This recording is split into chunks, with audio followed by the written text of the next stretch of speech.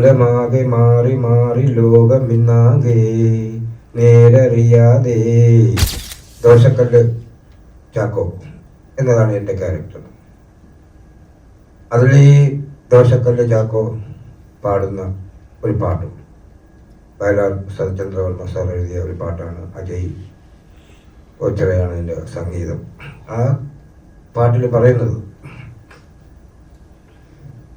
കോലമാകെ മാറി മാറി ലോകം ഇന്നാകെ നേരറിയാതെ നേരുമില്ലാതെ ചെണ്ടമേളം എന്ന പോലെ ചങ്കിടിപ്പാണേ സങ്കടങ്ങൾ ഏറി വരും നെഞ്ചരിപ്പാണേ.